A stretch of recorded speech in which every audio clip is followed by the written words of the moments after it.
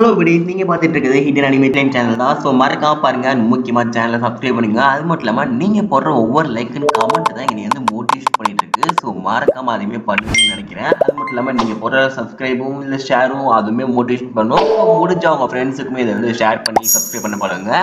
And இன்னைக்கு நான் பார்க்க போகிறது புது அனிமே சீரீஸான கிங்டம் ஆஃப் ரூயின்ஸ் அப்படின்ற அனிமே தான். இதை பற்றின ஒரு பேசிக் பிளாட் என்னன்னா, மேஜிக் அண்ட் சயின்ஸ் ரெண்டுமே ஒரே வேலையில் இருந்தால் என்ன ஆகும் அப்படின்ற ஒரு பெரிய கதையை தான் எடுத்து வச்சிருக்காங்க.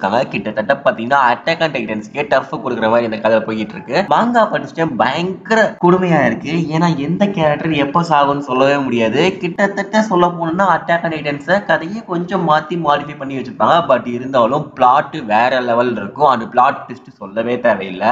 சோ எல்லாருமே அழுகுறதுக்கு கொஞ்சம் ரெடியா இருந்துக்கோங்க இந்த கதையை பார்க்கணும்னா. இப்போ இந்த உலகம் ஃபார்ம் ஆகும்போது பாத்தீங்கன்னா கடவுள் தான் ஃபார்ம் பண்ணிருப்பாரு. பட் அதுல வந்து ஹியூமன்ஸையும் ஃபார்ம் பண்ணி விட்டுருப்பாரு. அதுலயுமே பாத்தீங்கன்னா ஹியூமன்ஸை வழி நடத்திருக்காங்க. இருக்காங்களா அவங்களுக்குமே பாத்தீங்கன்னா விட்சுக்கு மட்டும் மேஜிக் பவர் கொடுத்திருப்பாரு. பட் போக போக பாத்தீங்கன்னா ஹியூமன்ஸ்க்கு வந்து பொறாம வந்து அது எப்படி விட்சுக்கு மட்டும் மேஜிக் பவர் இருக்கலாம்னு சொல்லிட்டு ஹியூமன்ஸ் அவங்களோட சயின்ஸ் அண்ட் டெக்னாலஜியை வளர்க்க ஆரம்பிச்சுட்டு விட்சை எல்லாருமே கொல்ல ஆரம்பிச்சிட்டாங்க. அதுவும் ரேடியா எம்பையர்னு சொல்லிட்டு ஒரு எம்பையர் இருக்குங்க. அதுல பாத்தீங்கன்னா விட்ச் ஹண்டிங்கே ரொம்ப பெருசா போயிட்டு இருக்கு. அப்போ ஒரு விட்ச் என்ன சொல்லிட்டு இருக்குன்னா, இங்க எல்லா ஹியூமன்ஸும் சாகதானா போறீங்க அப்படின்னு மாதிரி சொல்லிட்டு சாப விட்டு செத்துருவாங்களா. சோ அப்படியே பாத்தீங்கன்னா அன்னையில இருந்து விட்ச் ஹண்டிங் நடந்துட்டே இருக்கு. சோ விட்சை எல்லாம் போட்டு தள்ளிட்டு இருக்காங்கன்னு சொல்லலாம். இப்படியே கொஞ்சம் வருஷம் கழிச்சு பாத்தீங்கன்னா ஹீரோட பேரு ஆடோனிஸ். இந்த சின்ன பையன் இருக்கான் இவன் தான். அவனை வந்து வளர்க்கறது யாருன்னு பாத்தீங்கன்னா ஒரு ஃபேமஸ் மேஜிக் விட்ச்னு சொல்லலாம். கிட்டத்தட்ட ஐஸ் விட்ச்னு சொல்லலாம். அப்போ ஹீரோ என்ன சொல்லிட்டு இருக்கா, இங்க பாருங்க எனக்கு வந்து ஏதாச்சும் வந்து கூலர் ஆச்சும் வாங்கி கொடுங்க, இல்ல ஐஸ்கிரீம் ஆச்சும் உங்க மேஜிக்ல செஞ்சு கொடுங்க அப்படின்னு சொல்றாங்க பாருங்க. டேய் அதுல ஐஸ்கிரீம் தான் செய்ய முடியாது அப்படின்னு சொல்லும்போது அப்ப என்னதான் மேஜிக்கோ அப்படின்னு மாதிரி சொல்லிட்டு நம்ம ஹீரோமே கிண்டல் பண்ணிட்டு இருக்கான் பாருங்க. கிட்டத்தட்ட பாத்தீங்கன்னா ரெண்டு பேருமே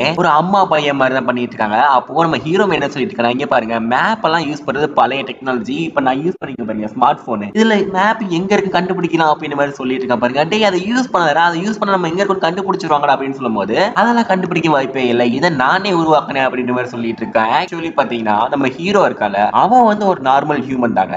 அப்புறம் அங்க உள்ள ஒரு மேஜிக் விட்ச் இருக்காங்கல்ல அவங்க பேரு க்ளோயி. மொத்த செஞ்சுரியிலுமே ரொம்பவுமே பவர்ஃபுல்லான விட்ச்னு சொல்லலாம். அப்போ நம்ம க்ளோயுமே பாத்தீங்கன்னா மண்டியில 4 கொட்டு கொட்டுட்டு டேய் ஒழுங்க நான் சொல்றதை மட்டும் கேளுடா அப்படின்னு மாதிரி சொல்லிட்டு இருக்காங்க. அப்புறம் வந்து பாத்தீங்கன்னா நம்ம ஹீரோ நம்ம ஓடிக்கிட்டே இருக்கோம், நமக்கு உட்கார்றதுக்கு ஒரு இடமே கிடைக்காதா அப்படின்னு சொல்றான் பாருங்க. அப்போ க்ளோயி மேனு அங்கே பாரு கண்டிப்பா நமக்குன்னு ஒரு இடம் கிடைக்கும், நம்ம இந்த எம்பையரை தாண்டினதுக்கு அப்புறம் நம்ம வந்து நிம்மதியா அமைதியா தாண்டுகிட்டே இருக்கலாம் அப்படின்ற மாதிரி சொல்லிட்டு இருக்காங்க. சோ ஹீரோ மேனு சரி ஓகே அப்படின்ற மாதிரி சொல்லிட்டு நடந்து வந்துட்டு இருக்கான். அப்படியே பாத்தீங்கன்னா தூரமா ஏதோ வண்டி வர மாதிரி சத்தம் கேக்குது. என்னடான்னு பார்த்தா ஹோவர் போர்ட்ல ஏதோ டெக்னாலஜி வச்சு ஹியூமன் வந்துட்டு இருக்காங்க. கிட்டத்தட்ட போலீஸ்னு சொல்லலாம். அந்த இடத்துல ஹீரோ மேனு நான் உங்களை காப்பாத்துறேன், நீ எஸ்கேப் ஆகி போங்க அப்படின்னு சொல்லும் போது இங்க பாரு உனக்கு என்ன எக்ஸ்பீரியன்ஸ் இல்ல, எனக்கு ரொம்பவே எக்ஸ்பீரியன்ஸ் இருக்குன்னு சொல்லிட்டு நம்ம ஐஸ் மேஜிக் இருக்காங்கல்ல ஐஸ் மேஜிக்கை யூஸ் பண்ணிட்டு அங்க உள்ள எல்லாரையுமே பாத்தீங்கன்னா அடிச்சு துவம்சம் பண்ணிடுறாங்க. அதே நேரத்துல அந்த இடத்துல கிங் அண்ட் குயின் எல்லாம் காமிக்கிறாங்க. அப்போ கிங்க கிட்ட வந்து ஒருத்தர் என்ன சொல்றாங்கன்னா, நாங்க வந்து கண்டிப்பா எதிர்பார்க்கல, அதுவும் ஐஸ் மேஜிக் க்ளோயியை பார்ப்போம்னு சொல்லிட்டு இருக்காங்க. அது மட்டும் இல்லாம அவங்க பார்டர் கிட்ட பாத்துட்டு இருக்கோம், கண்டிப்பா அவங்க நாங்க பிடிக்க முடியாது அப்படின்னு சொல்றாங்க பாருங்க. அதை கேட்டுட்டு பக்கத்துல சோல்ஜர் அந்த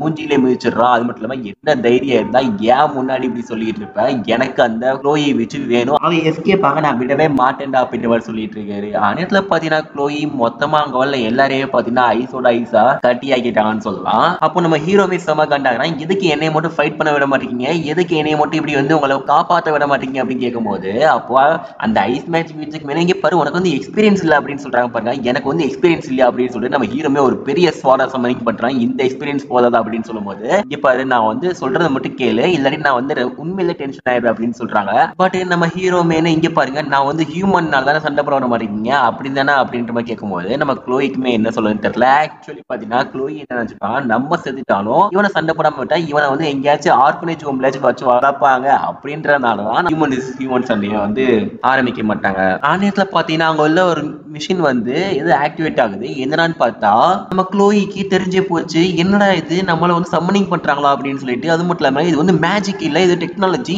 இந்த மாதிரி மேஜிக் விட்சுக்கே தெரியாது, பட் இவங்க டெக்னாலஜி ரொம்பவே அட்வான்ஸ் ஆக்கிட்டாங்க. நம்மள எங்கேயோ வந்து சம்மனிங் பண்றாங்க, எங்கேயோ வந்து கூட்டிட்டு போறாங்க, டெலிபோர்டேஷன் பண்றாங்க. சோ கையை பிடிச்சுக்கலாம், வேற எங்கேயும் தனியா போக கூடாது அப்படின்ற மாதிரி சொல்லிட்டு கையை கையை பிடிச்சுக்கிறாங்க. அவ பாத்தீங்கன்னா எர்த்துக்கு வெளியே சேட்டலைட் இருக்கு. சோ அந்த அளவுக்கு டெக்னாலஜி வளர்ந்துருச்சு டெலிபோர்டேஷன் பண்ற அளவுக்கு. அப்ப அங்க உள்ள கிங் அங்க உள்ள பீப்புளுக்கு அட்ரஸ் பண்ணிட்டு இருக்காரு. அவர் என்ன சொல்லியிருக்கான், நான் உங்களோட மக்களோட மக்களா தான் இருக்கேன், நானுமே நார்மலான ஹியூமன் தான். நம்மளுக்கு பல காலமா மேஜிக் வந்து நேச்சுரல் டிசாஸ்டரா இருக்கட்டும் இல்ல நோய் நொடியா இருக்கட்டும் எல்லாத்துலயுமே இருந்து வச்சு நம்மளை காப்பாத்திட்டு இருந்தாங்க. ஆனா அந்த பவர் எப்படி அவங்க கிட்ட மட்டும் இருக்கலாம், நம்ம கிட்ட இருக்கிற நியாயம் அப்படின்னு சொல்றாங்க. நம்ம கிட்ட ஆனா நம்ம நினைச்சாலும் விச்சோட பவர் வராது. சோ அதனாலதான் நம்ம சயின்ஸ் டெக்னாலஜி ஏன் நம்ம ஸ்மார்ட் போன் யூஸ் பண்ற அளவுக்கு கூட வளர்ந்துட்டோம் அப்படின்னு சொல்லிட்டு இருக்காங்க. சோ ட்ரெயின் ரயில் பிளைட்னு சொல்லிட்டு எல்லாத்தையுமே நம்ம கண்டுபிடிச்சிட்டோம். நம்ம இன்னும் விச்சுக்கு கீழே இருக்க வேண்டிய அவசியமே இல்ல அப்படின்னு சொல்றாங்க. பட் உண்மையிலேயே பாத்தீங்கன்னா விச்சஸ் யாருமே இவங்களை வந்து கீழ்த்தரமா நடத்தவும் இல்லைன்னு சொல்லலாம். அந்த இடத்துல பாத்தீங்கன்னா அந்த கிங் மேனி எப்படி என்னோட ஸ்பீச்னு சொல்லிட்டு அந்த குயின் கிட்ட கேட்ட பாருங்க. செம அந்த இடத்துல பாத்தீங்கன்னா அந்த டெலிபோர்டேஷன் ஆயிட்டு நம்ம ஹீரோ அண்ட் அந்த விச் இருக்காங்கல்ல ரெண்டு பேருமே வந்துட்டாங்க.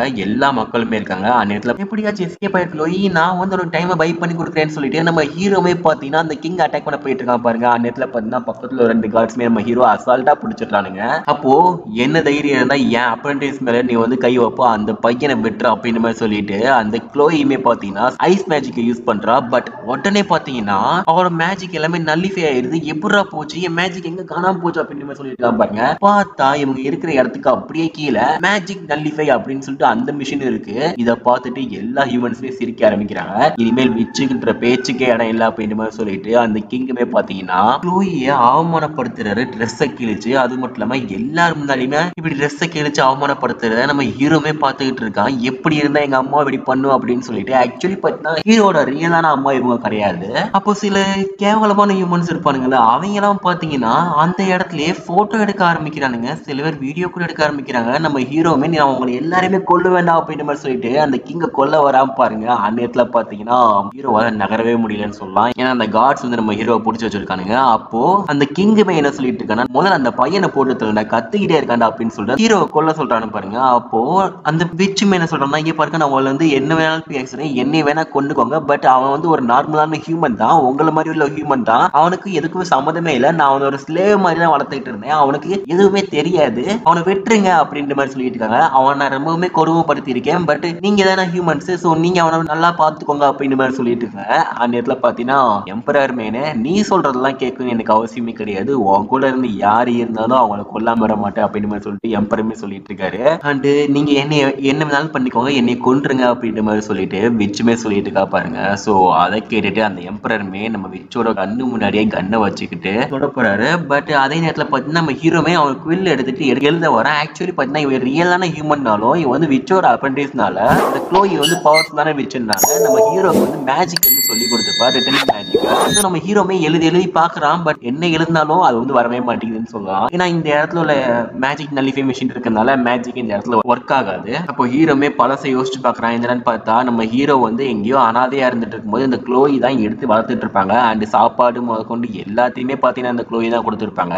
அப்படிப்பட்ட க்ளோயிய நம்ம ஹீரோவோட கண்ணு முன்னாடியே அந்த எம்பரர் சுட்டு கொள்றது மட்டும் இல்லாம அவமானப்படுத்தி ஏகப்பட்ட புல்லட்ஸ் அப்படி வரிசையை இறக்கிக்கிட்டு இருக்கானுங்க. கிட்டத்தட்ட பாத்தீங்கன்னா நம்ம நடக்கவே முடியாது. ஆக்சுவலி செத்துருப்பாங்க. இத்தனை புல்லட்ஸுக்கு முதல் 4 புல்லட்ஸ்க்கு செத்துருவாங்க. ஆனா ஒரு 100 கணக்குல புல்லட்ஸ் ஒரு சிங்கிள் பாடியில இறக்குறானுங்க பாருங்க. அங்கேயே நம்ம ஹீரோவுமே செத்துட்டான்னு சொல்லிடலாம். அவங்க எல்லாருமே கொல்லாம வர மாட்டேன்டா அப்படின்னு மாதிரி சொல்லிட்டு நம்ம ஹீரோவுமே பாத்தீங்கன்னா கத்திக்கிட்டு இருக்கான். இது மட்டும் இல்லாம அந்த எம்பரர் இருக்காருல, அவர் என்ன பண்றாருன்னா செத்து போன அந்த க்ளோயோட தலையை தனியா எடுத்து என்னையோட விச்சோட ராஜ்யம் முடியுது அப்படின்னு மாதிரி சொல்லிட்டு சயின்ஸ் டெக்னாலஜி என்ன நம்ம காமிப்போண்டா அப்படின்னு மாதிரி சொல்லிட்டு இருக்காரு. அது மட்டும் இல்லாம காடுன்றது கிடையாது, நம்ம தானே இந்த உலகத்துக்கே காடு அப்படின்ற மாதிரி சொல்லிட்டு இருக்காரு. ஸோ அன்னைக்கு தாங்க ஹீரோக்குமே கோவம் வருது. ஸோ அப்ப இருந்து பாத்தீங்கன்னா செம்ம காண்டாகிறா, அவங்க எல்லாரையும் கொல்லாம வர மாட்டேன்னு சொல்லிட்டு சீன் பார்க்கும்போதே ரொம்பவே பாவமா போயிடுச்சு.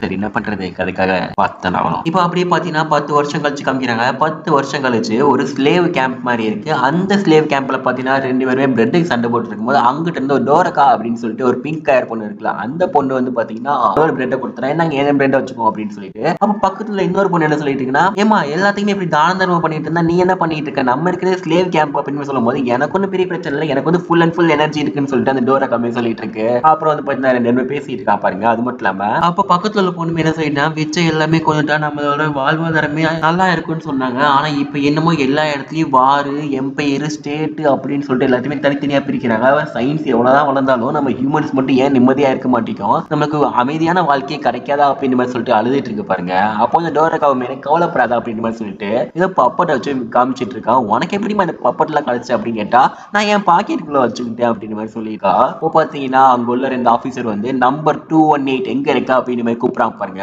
அப்போ டோரக்காவோட ஃப்ரெண்டு தாங்க அது நம்பர் 218. அப்போ டோரக்காவுமே நான் தான் சார் அந்த நம்பர் 218 அப்படின்னு சொல்லிட்டு அவளோட டேக மாத்தி விட்டுறா. சோ மாத்தி விட்டு நான் தான் சார் அப்படின்னு சொல்லிட்டு அவளுமே கிளம்பி போயிடுறா பாருங்க. அங்க போய் பாத்தீங்கன்னா அங்க ஒரு இந்த ஸ்லேவ் கேம்புக்கு ஒரு சீஃப் மாதிரி இருப்பான். அந்த சீஃப் கிட்ட போயிட்டு இங்க பாரு உன் ட்ரெஸ் ஃபுல்லா கலட்டு அப்படின்னு சொல்றான். நம்ம டோரக்கா என்னடா பண்ண போறீங்கன்னு சொல்லிட்டு ஷாக் ஆகுறா பாருங்க. இங்க பாரு சொல்றது மட்டும் செய்யுன்னு சொல்லிட்டு இருக்கா. அது மட்டும் இல்லாம உன்னை ஸ்லேவா ஒரு இடத்துக்கு விற்க போறோம். சோ உங்க மாஸ்டருக்கு நீ எந்த தொந்தரவும் கொடுக்க கூடாது, நீ வந்துட்டு எந்த வெப்பன் இல்லைன்னு கன்ஃபார்ம் பண்றதுக்கு உன் ட்ரெஸ் ஃபுல்லா அவுத்து காமி அப்படின்ற மாதிரி சொல்லிட்டு இருக்கான். கிட்டத்தட்ட பாத்தீங்கன்னா நம்ம டோரக்காவே அந்த இடத்துல இருந்து எஸ்கேப் ஆக ட்ரை பண்றா. பட் எஸ்கேப் ஆகும்போது பாத்தீங்கன்னா சுத்தி ஏகப்பட்ட பொண்ணுங்களை கொண்டிருக்கானுங்க. அதுவும் கேவலமா கொண்டிருக்கானுங்கன்னு சொல்லிடலாம் ட்ரை பண்ணி. அப்போ டோரக்காவுமே என்ன சொல்லிட்டு இருக்காருன்னா, இங்க பாரு சயின்டிபிக் வச்சு என்னடா பண்ணிட்டு இருக்கீங்க, சயின்ஸ் இருந்தா நல்லா இருக்குன்னு சொன்னீங்க, பட் இப்போ மொத்தமாவே அழிச்சுக்கிட்டு இருக்கீங்கடா அப்படின்னு மாதிரி சொல்லும் போது என்ன தைரியம் இருந்தா நீ ரேடியா என் பேரையே கூட சொல்லுவா அப்படின்றதுக்காக அந்த பொண்ணோட கழுத்தோட செங்கின பிடிச்சி இவனுமே பாத்தீங்கன்னா போட்டோ எடுத்து அனுப்பிச்சிட்டு இருக்கா. நீ வந்து நல்ல வேலைக்கு போவான்னு சொல்லிட்டு அப்பயுமே பாத்தீங்கன்னா நம்ம டோரக்காவுமே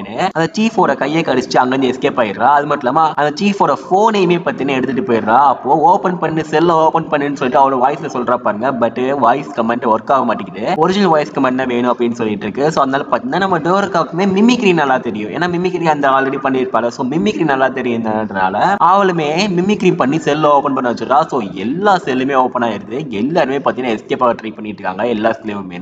அப்படியே பாத்தீங்கன்னா அங்கிட்ட ஒரு ரூம் வருது. அந்த ரூம்ல தான் பிரிசனர் 1001 அப்படின்ற பிரிசனர் இருக்கான் அப்படின்றது நல்லாவே தெரிய வருது. அது மட்டும் இல்லாம இந்த ரூமுக்கா வந்தா அப்படின்ற மாதிரி சொல்லிட்டு இருக்காங்க. அது மட்டும் இல்லாம எல்லாமே ஓபன் ஆயிருக்கா, எல்லாமே க்ளோஸ் பண்ணுங்க அப்படின்னு சொல்லியிருக்காங்க. 10வது வரைக்கும் இந்த பிரிசனை மட்டும் என்ன இருந்தாலும் ஓபன் பண்ணிடவே கூடாது அப்படின்னு சொல்றாங்க. பட் அந்த பிரிசன் மட்டும் பாத்தீங்கன்னா சேம்பருமே ஓபன் ஆக ஆரம்பிக்குது. அந்த ஹீரோ தான் ஆக்சுவலி 10 வருஷம் நாள்ல கொஞ்சம் வளர்ந்துட்டான். அவனை பிடிச்சி கெட்டி வச்சு அடைச்சு வச்சு மொத்தமா பாத்தீங்கன்னா சித்திரவதை பண்ணிட்டு இருக்கானுங்கன்னு சொல்லலாம். சோ இப்ப நம்ம ஹீரோமே மொத்த கோவத்திலயும் அந்த இடத்தையும் இடிச்சுக்கிட்டு எந்திக்கிறான்னு சொல்லலாம். அதோட பாத்தீங்கன்னா இந்த இடத்துல ஃபர்ஸ்ட் எபிசோட் முடியுது. சோ நெக்ஸ்ட் எபிசோட் பார்ப்போம். மறக்காம பாருங்க. முக்கியமா சேனலை சப்ஸ்கிரைப் பண்ணுங்க. தேங்க்ஸ் ஃபார் வாட்சிங். சரி ஓகே, இதுல உங்களுக்கு எந்த சீன் ரொம்ப பிடிச்சிருந்துச்சு அப்படின்னு சொல்லிட்டு மறக்காம அந்த சீனை டைம் ஸ்டாம்போட மென்ஷன் பண்ணுங்க. Okay, bye bye by.